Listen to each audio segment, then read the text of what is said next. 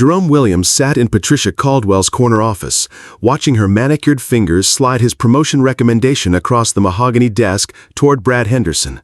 The morning sun streaming through floor-to-ceiling windows caught the golden letterhead, TechFlow Solutions, Atlanta's premier cybersecurity firm, but cast Jerome's chair in shadow. "Brad just has that executive presence, you know?" Patricia's voice carried the practiced smoothness of someone who'd perfected the art of polite dismissal. She avoided Jerome's eyes, focusing instead on Brad's resume.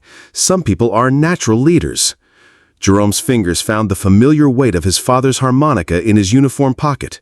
The silver Hohner Marine Band, worn smooth by 3 generations of hope and defiance, had survived segregation-era jazz clubs and Jim Crow's cruelest years. His father's voice echoed across decades. "Son, music finds a way through any wall. When they try to silence you, play your truth louder." "I understand, ma'am." The words tasted like sawdust, but Jerome's voice remained steady, professional.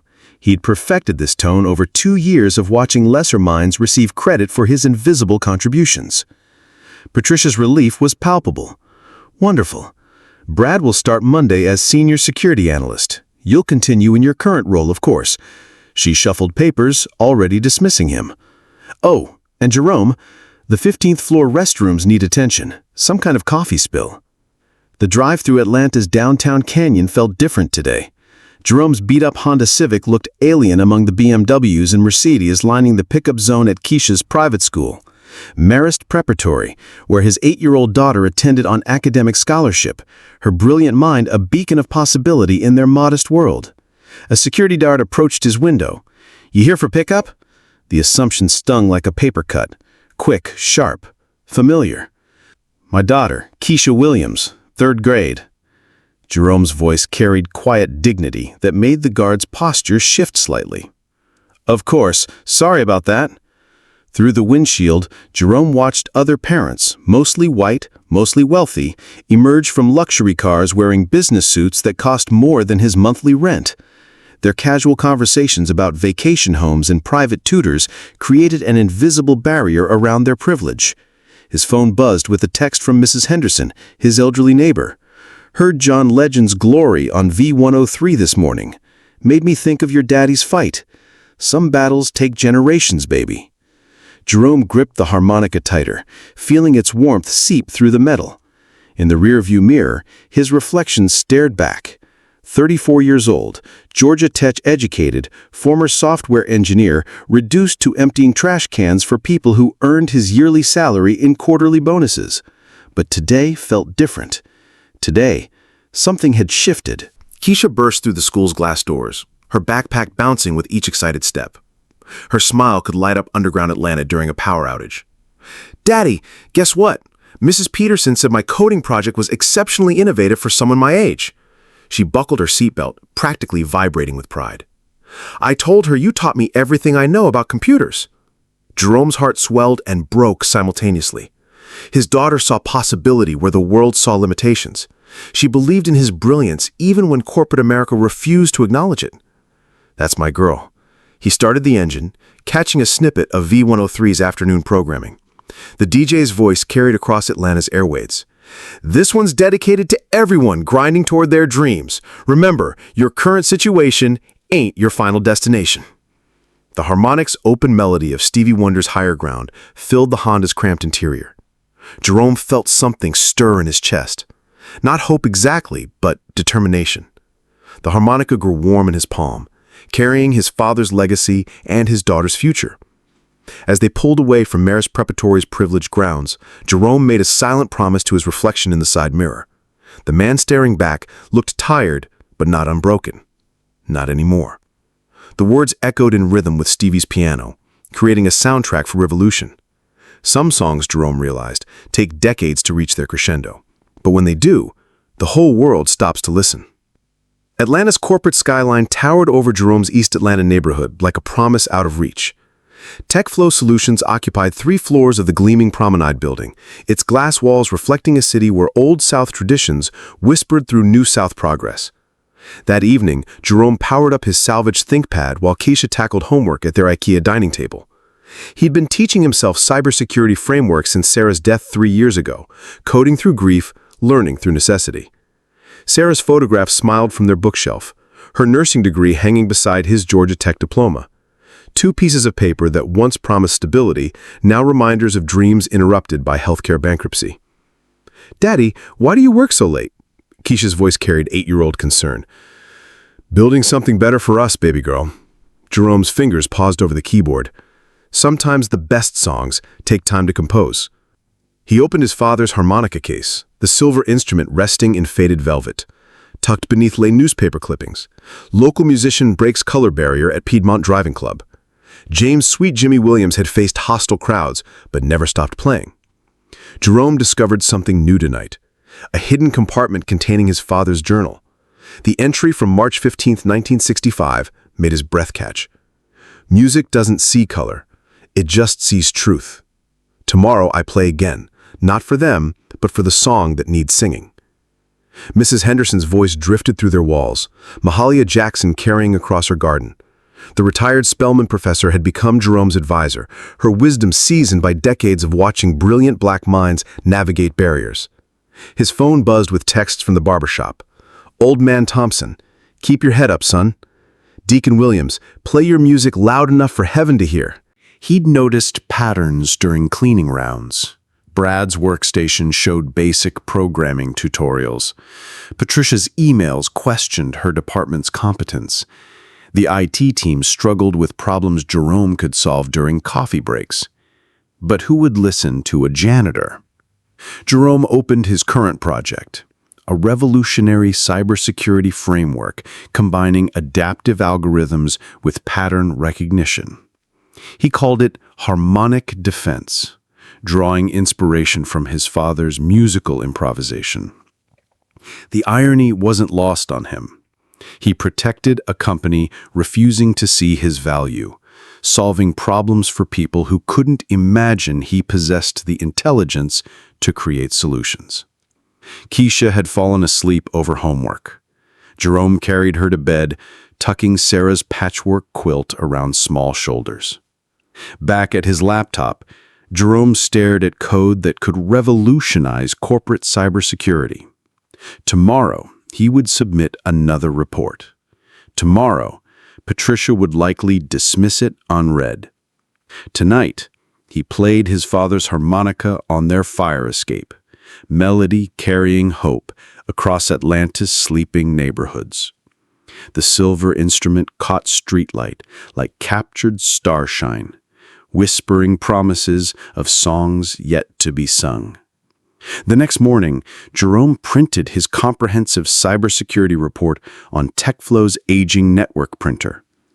27 pages of detailed vulnerability assessments, breach prevention protocols, and cost-saving implementations. 2 years of invisible work, distilled into recommendations that could save the company millions.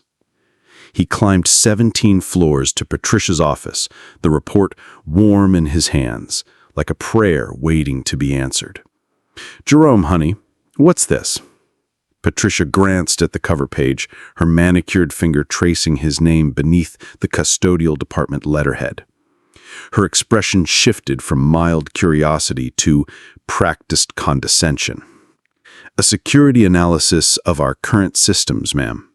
I have identified several critical vulnerabilities that—" "Oh, sweetie," Patricia's laugh tinkled like breaking glass. "I need you to focus on actual cleaning. Leave the computer stuff to people who went to school for it." She gestured toward his uniform, as if it explained everything. Jerome's father's voice whispered through decades. "When they tried to silence you, play your truth louder." "Ma'am, with respect, I graduated from Georgia Tech with a degree in—" "That's wonderful, Jerome, really." Patricia's smile never wavered as she slid his report into her trash bin. "But Brad has this covered. He's presenting his security findings to the executive team next week." His security findings? Jerome watched Patricia hand his report to Brad later that afternoon. 27 pages of his life's work passed between white hands like a commodity. Brad skimmed the executive summary during his coffee break, highlighting key phrases with yellow marker. The following Monday, Jerome emptied trash cans during the executive presentation. Through the conference room's glass walls, he watched Brad deliver his stolen insights to a room full of nodding heads. Charts Jerome had created filled the projection screen. Solutions Jerome had coded became Brad's innovative approaches to cybersecurity. David Chen, TechFlow CEO, leaned forward with interest. "Impressive work, Brad. This framework could save us significant money. I'm approving a $5,000 innovation bonus." Applause filled the conference room. Brad's grin stretched wide as colleagues shook his hand. Jerome continued emptying wastebaskets, invisible among the celebration of his stolen brilliance. That evening, Jerome sat on his fire escape, Atlanta's skyline blurring through unshed tears. The harmonica trembled in his hands as he played Strange Fruit, his father's protest song. The melody carried rage and sorrow across the neighborhood's darkening streets. Mrs. Henderson's garden gate creaked open below. "Your daddy's spirit is strong tonight, baby. That music carries power." Jerome shifted to a gentler tune, but the harmonica seemed to weep silver notes into the cooling air. His daughter's photo in his wallet reminded him why he couldn't afford to quit. Keisha needed stability, needed her father to swallow pride for her future. Inside their apartment, Jerome opened a new document on his ThinkPad. If Patricia wouldn't listen to his voice, he'd document everything.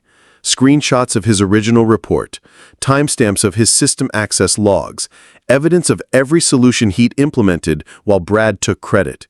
His reflection in the laptop screen looked tired but determined.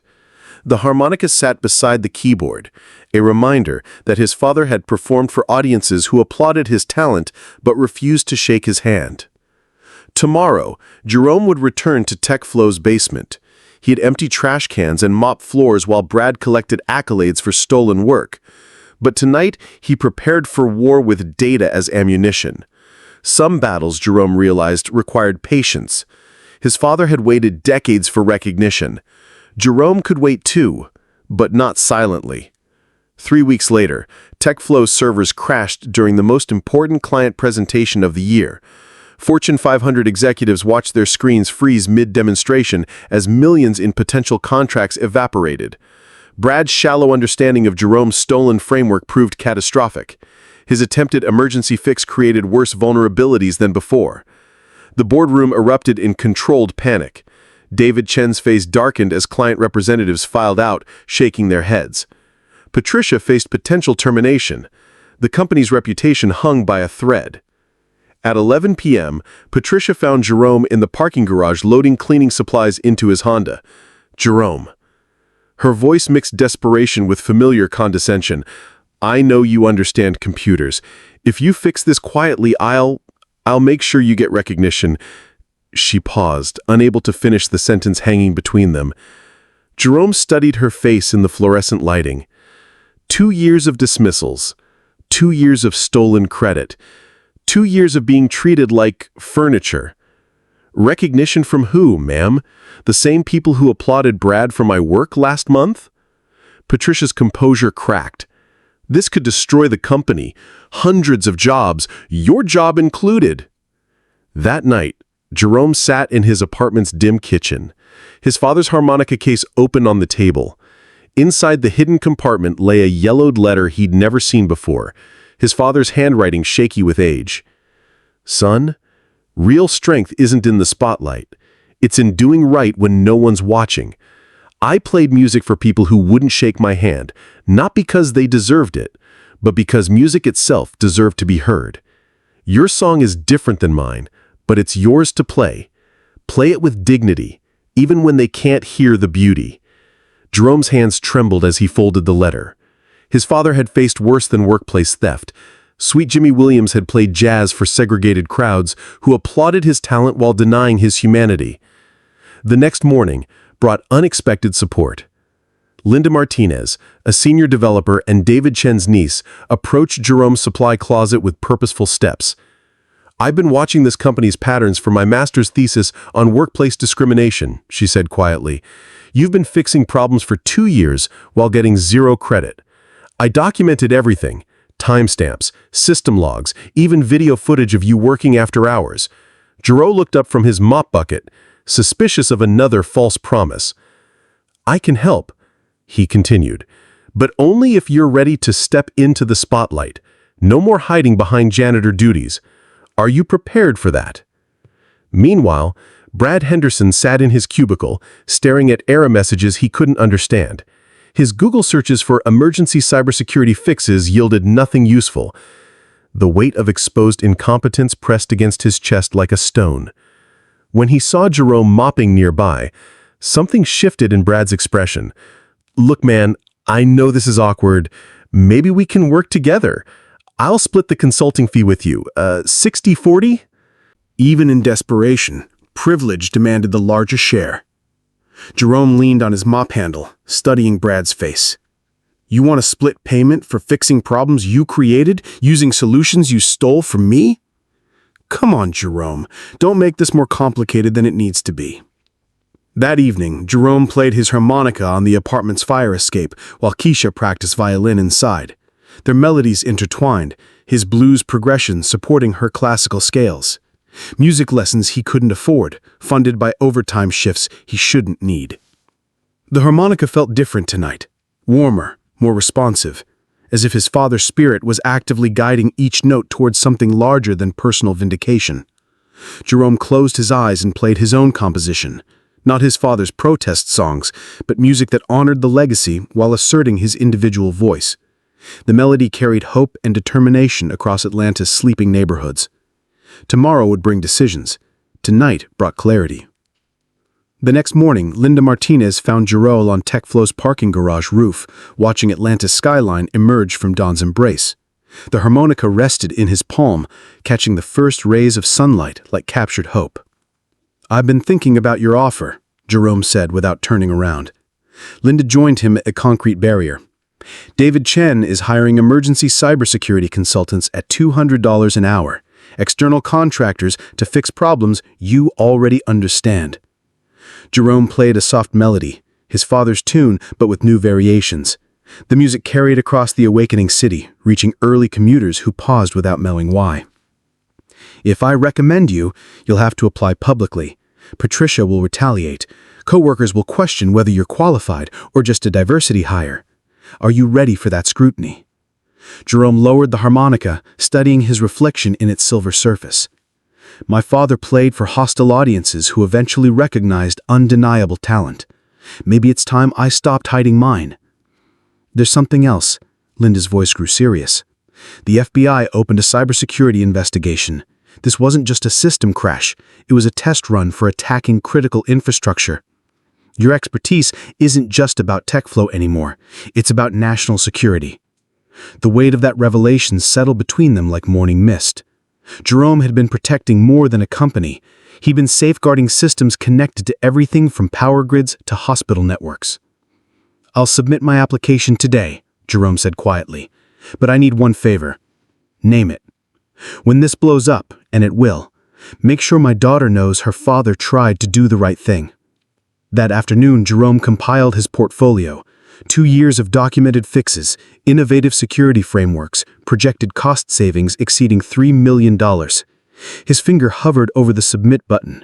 This moment would change everything. No more invisibility, no more safety in silence.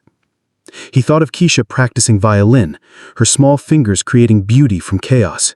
He thought of his father performing at segregated clubs, dignity intact despite rejection. Jerome clicked submit. Within hours, the neighborhood rallied. Mrs. Henderson organized a prayer circle in her garden. Old Man Thompson called an emergency barbershop summit. Deacon Williams arranged transportation for community members to attend Jerome's presentation. Marcus Jr. launched a social media campaign, #JusticeForJerome. "This ain't just about you anymore, son." Old Man Thompson gripped Jerome's shoulders, his weathered hands. That evening, Jerome visited his father's grave at Oakland Cemetery. The harmonica felt warm against the October air as he played Amazing Grace, Sweet Jimmy's favorite hymn. An elderly black man approached, recognition dawning in his eyes. "That melody? I heard your father play it at the Peacock Club in '67. Changed my whole perspective on what black excellence could look like." The stranger's voice cracked with memory. "Name's Robert. Your daddy's music saved my life during some dark times." Jerome stared at this man whose existence proved his father's influence extended far beyond family. How many other lives had Sweet Jimmy touched? How many dreams had that silver harmonica inspired? "He'd be proud," Robert continued. "I read about you in the paper. Sometimes the music finds its way through walls we didn't even know existed." Walking home through East Atlanta's gentrifying streets, Jerome felt the neighborhood's hopes accompanying each step. Children waved from apartment windows, teenagers called out encouragement from corner stores. An entire community was riding his success towards their own possibilities.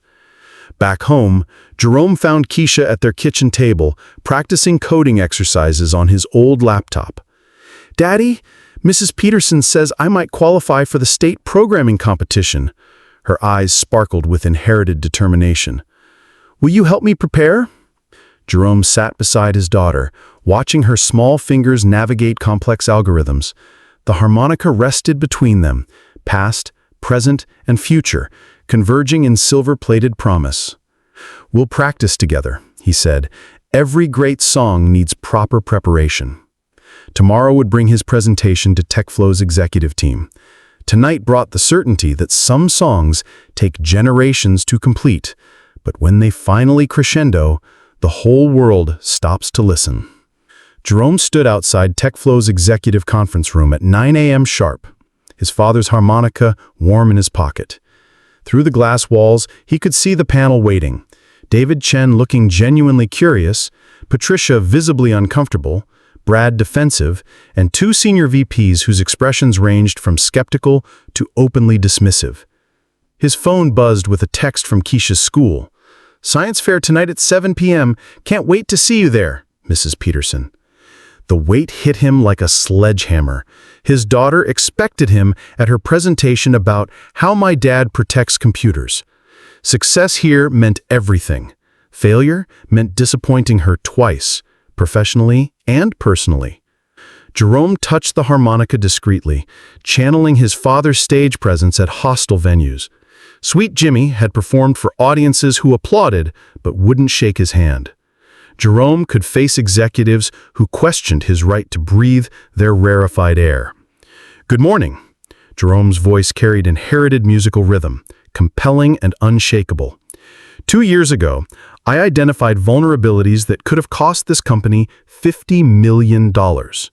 Today, I'll show you how to prevent the next attack. His presentation screen displayed his title, Comprehensive Cybersecurity Framework by Jerome Williams, Emergency Security Consultant. Jerome clicked to his first slide, a timeline of system breaches TechFlow had narrowly avoided. Every red dot represents a crisis I prevented while working night shifts. Every green dot shows money saved through solutions I implemented without recognition. Patricia attempted sabotage. "Jerome, this is impressive, but don't you think you're overselling your contributions?" Her voice wavered as Jerome produced time-stamped logs, system access records, and before-after performance metrics. "Ma'am, I have documentation for every claim." Jerome's calm professionalism made her squirming obvious. "Would you like me to walk through the server logs from March 15th, when I prevented a ransomware attack that would have shut down our entire network?" David Chen leaned forward. "You're saying you've been preventing security breaches for 2 years?" "Yes, sir, while working custodial duties." Jerome advanced to his revolutionary Harmonic Defense framework, cybersecurity that adapted like jazz improvisation, learning from attack patterns and responding with algorithmic creativity. Brad shifted uncomfortably, recognizing elements from the stolen report. Something profound was happening in his expression, privilege warring with recognition of genuine injustice. "Actually, Jerome's been carrying this department. I should have said that sooner." The confession shocked everyone, including Brad himself. Silence descended like morning frost. David Chen's face hardened. Mr. Williams, why didn't anyone bring your capabilities to my attention sooner? Jerome maintained diplomatic silence, but Linda Martinez stepped forward from the back of the room. Because he wasn't wearing the right uniform, Uncle David. Talent doesn't require a tie. 30 days, David Chen announced. We'll implement Mr. Williams's framework over 30 days. If successful, we'll discuss permanent arrangements. He looked directly at Jerome. This is your trial period. Everyone's watching. Jerome felt simultaneously vindicated and exhausted. Partial victory with total pressure. His father had often received conditional approval. Prove yourself again and again. Earn your place daily. The harmonica seemed to pulse with encouragement. Some battles were won incrementally. Walking to his Honda that afternoon, Jerome noticed changed dynamics. Some colleagues nodded respectfully, others whispered suspiciously. He was no longer invisible, for better or worse. At Keisha's science fair, Jerome arrived, still wearing his presentation suit.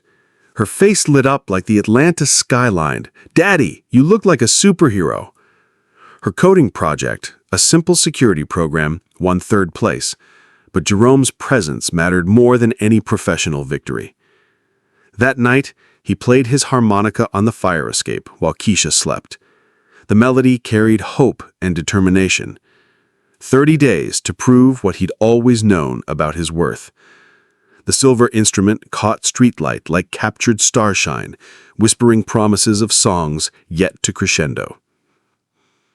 David Chen stepped to the podium, his voice carrying across the crowded auditorium. Effective immediately, Jerome Williams is our Chief Security Officer. His salary will reflect the millions he saved us. Linda Martinez will lead company-wide talent recognition initiatives. The room erupted in applause, real applause, earned through undeniable excellence. Jerome's phone buzzed with texts from his neighborhood. "Mrs. Henderson, watching you on the news, baby. Your daddy's spirit is dancing." Old man Thompson, "Told you that boy had magic in him." Outside TechFlow's building, news vans lined the street. "Atlanta janitor turned cybersecurity hero saves major corporation," scrolled across Channel 2's breaking news banner. Jerome stepped onto the building's roof, pulling out his harmonica as dawn painted Atlanta's skyline gold. The melody that emerged was neither his father's song nor entirely his own. It was something new, something that honored the past while celebrating the future. The music carried across the awakening city, finding its way into coffee shops and commuter cars, reaching people who paused without knowing why they suddenly felt hopeful. Some songs, Jerome realized, were meant to be heard by the entire world. 6 months later, Jerome's corner office overlooked the Atlanta skyline like a promise finally kept. The nameplate on his mahogany desk read Jerome Williams, Chief Security Officer, words that still made him pause with quiet amazement. His father's harmonica sat prominently displayed, catching afternoon sunlight through floor-to-ceiling windows. TechFlow had transformed into Atlanta's most diverse tech company. Jerome's hidden talent recognition protocols required departments to identify overlooked contributors regardless of position. The program discovered 3 custodial staff with advanced degrees, a security guard with brilliant mathematical insights, and a cafeteria worker who spoke 6 languages. "We were sitting on a goldmine of talent," David Chen told the Atlanta Business Chronicle. "Jerome's story taught us that genius doesn't always wear a suit." Patricia knocked on Jerome's office door, her demeanor completely transformed. 6 months of intensive bias training and genuine soul-searching had replaced her condescension with humility. "The quarterly diversity report," she said, placing documents on his desk. "We're now the industry leader in promoting from within. Your influence is changing how Atlantic companies approach talent development." Their relationship had evolved from adversarial to collaborative. Patricia mentored Jerome's transition into executive leadership while learning to recognize her own unconscious prejudices. She'd even enrolled in evening coding classes, determined to understand the technical work she'd dismissed. Brad Henderson entered behind Patricia, carrying coffee for all three. His demotion to junior developer under Jerome's supervision had initially stung his ego, but working directly with genuine excellence had humbled his perspective. The client presentation went perfectly. Your Harmonic Defense system impressed the Pentagon. They want to discuss national implementation. Jerome nodded, still processing how his innovation had evolved from protecting one company to safeguarding American infrastructure. The FBI had adopted his framework nationwide, crediting him with revolutionizing cybersecurity architecture. There's something else, Brad continued, his voice carrying newfound respect. I wanted to thank you. Working under someone who actually knows what they're doing has made me a better programmer and a better person. That evening, Jerome arrived home to find Keisha practicing violin in their spacious Decatur living room. They'd moved from their cramped East Atlanta apartment, but stayed in the same school district. Keisha had insisted. Her friends needed to see that dreams could come true. Daddy, listen to this. Keisha played a melody she'd composed, her fingers dancing across strings with inherited musical intuition. I call it harmonica blues meets violin dreams. The music blended her classical training with echoes of Jerome's blues heritage, past and future harmonizing in perfect balance. Jerome pulled out his father's harmonica, joining her melody with gentle accompaniment. Their duet filled the house with generational hope, Sweet Jimmy's jazz legacy flowing through Jerome's triumph into Keisha's unlimited possibilities. Dr. Alicia Thompson arrived for dinner, her smile brightening when she heard their impromptu concert. She'd been dating Jerome for 3 months, their relationship built on mutual respect and shared values. A Morehouse School of Medicine professor, she appreciated his journey from janitor to executive without needing to save or fix him. "How was the interview with Harvard Business School?" Alicia asked over dinner. "They want to make my story a case study. From invisible employee to industry leader. They're calling it Hidden Harmony, recognizing talent in unexpected places." After dinner, Jerome established the Sweet Jimmy Williams Scholarship using his first executive bonus. The program would fund STEM education for underprivileged students, starting with Destiny Johnson, a brilliant 12-year-old from his old neighborhood who dreamed of becoming a cybersecurity expert just like Mr. Jerome. That night, Jerome played his harmonica on their back porch while Keisha slept. The melody carried across Decatur's tree-lined streets, reaching neighbors who paused in their evening routines to listen. Music, Jerome thought, truly did find a way through every wall. 18 months after the cyber attack that changed everything, Jerome stood before 2,000 attendees at TEDx Atlanta, his father's harmonica gleaming under stage lights. The Fox Theater's historic walls had witnessed countless performances, but none quite like this. "Hidden talent surrounds us daily," Jerome began, his voice carrying across the packed auditorium. "In every janitor who solves problems while emptying trash, in every security guard with brilliant insights, in every service worker whose potential we overlook because of their uniform." His TED Talk, "The Music of Hidden Talent," would eventually receive 15 million views worldwide. Corporate executives, university professors, and community leaders studied his framework for recognizing overlooked genius. TechFlow's transformation had become legendary in Atlanta's business community. The company's stock price had tripled, making it the city's most valuable cybersecurity firm. David Chen credited Jerome's innovations with saving not just the company, but revolutionizing their entire industry approach. "Jerome taught us that talent has no uniform," Chen told Forbes magazine. "Now we actively seek brilliance in unexpected places." Jerome's Hidden Harmony Coding Bootcamp had graduated its 5th class, 47 adults who changed careers, including 2 former custodians now working at Google, a security guard coding for Microsoft, and a single mother leading her own tech startup. The program's success spawned similar initiatives across 23 states. In the Fox Theater's wings, Mrs. Henderson dabbed tears from her eyes. At 83, she traveled from East Atlanta to witness her surrogate grandson address the world. Behind her stood Old Man Thompson, Deacon Williams, and Marcus Jr., the barbershop brigade that had believed when belief seemed impossible. "Your daddy would have been so proud," Mrs. Henderson whispered as Jerome finished his presentation to thunderous applause. After the TED Talk, Jerome drove to Oakland Cemetery. Spring's gentle warmth carried the scent of blooming dogwoods. As he approached his father's grave, the headstone now bore additional inscription: "James Sweet Jimmy Williams. His song lives on through every dream made real." Jerome played "When the Saints March In" on the silver harmonica, the melody floating across weathered headstones and flowering trees.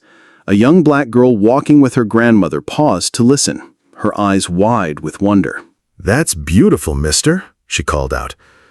"Music always finds a way," Jerome replied, echoing his father's eternal wisdom. At home, 10-year-old Keisha practiced for her state programming competition while simultaneously preparing for youth orchestra auditions.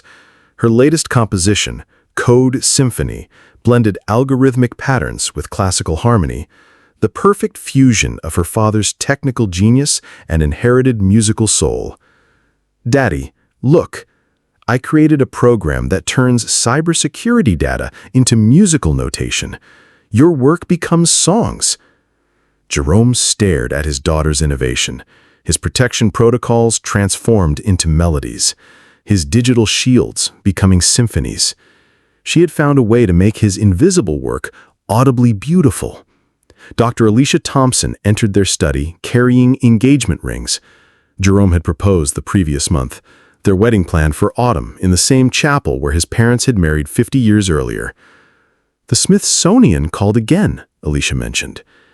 "They want your harmonica for the African American History Museum, that From Segregation to Silicon Valley exhibit." Jerome considered the request. His father's instrument had carried 3 generations through impossible dreams made real. But some songs were meant to continue, not be preserved behind glass. "Tell them it's still making music," he said, pulling Keisha close as she coded her next digital symphony. Outside their Decatur home, Atlanta's evening skyline glittered with possibility. Somewhere in the city, a janitor was probably solving problems that brilliant minds had missed. A security guard was likely discovering patterns that experts couldn't see. Hidden talent was waiting for recognition, just as Jerome had waited. His harmonica caught the final rays of sunset, silver surface reflecting infinite potential. The melody that emerged was neither his father's blues nor entirely his own creation. It was something new, something that honored the past while celebrating every dream yet to be realized. Some songs, Jerome understood now, were meant to play forever, finding new voices in every generation brave enough to believe that talent has no uniform, genius wears no particular color, and brilliance waits everywhere for those wise enough to listen.